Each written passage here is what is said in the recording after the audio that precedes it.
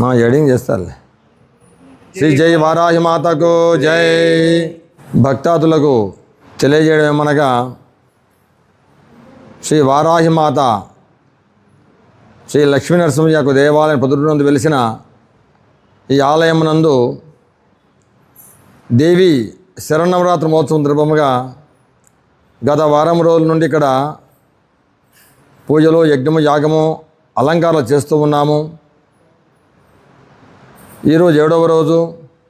అలాగనే 2వ తారీఖు విజయదశమి సందర్భంగా మన ఆలయమునందు ఆ శమీ దర్శనానికి మధ్యాహ్నము 12 గంటల నుండి బయలుదేరి వెళ్ళి కొరపాటు రోడ్లోని ఆ శమీ వృక్షాన్ని పూజ గావించుకొని తిరిగి చేరడం జరుగుతుంది.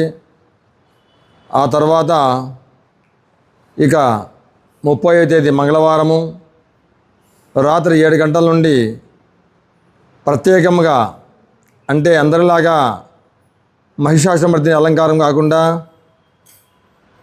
శ్రీ ప్రత్యంగిరాదేవి యొక్క అలంకారాన్ని ప్రత్యేకంగా చేస్తూ ఉన్నాము.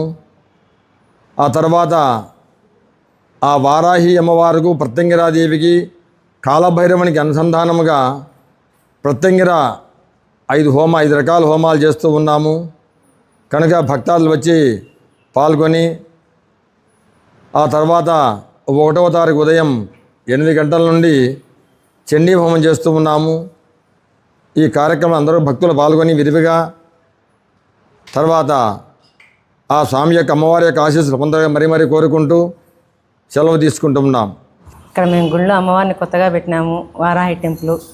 అందరి సహకరించాలని, ఈ కార్యక్రమంలో అందరూ పాల్గొనాలని. మొన్నటి వరకు నవరాత్రులు, ఆషాఢ నవరాత్రులు అందరూ సహకరించినారు, బాగా జరిగింది. ఈ శరణవరాత్రులు ఫస్ట్లో పెట్టినాము, ఇప్పుడే స్టార్టింగ్ చేసినాము. అందరూ బాగా సహకరించి లాస్ట్ రోజు బాగా అందరూ చేస్తూ ఉండాలని కోరుకుంటున్నాము. జై వారాహి మాతకు జై. ఆషాఢ మాసంలో ఆషాఢ నవరాత్రులు బాగా జరిగినాయి.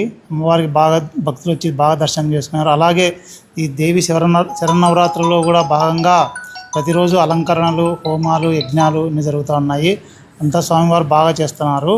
అలాగే శమీ దర్శనానికి పోవాలని సంకల్పంతో స్వామివారు చెప్తే దానికి కోసమని అన్ని ఏర్పాట్లు మెల్లమెల్లగా చేస్తున్నారు. అందరూ భక్తాదులంతా విరివిగా పాల్గొని కార్యక్రమం జయప్రదం చేయాల్సిందిగా కోరుచున్నాము.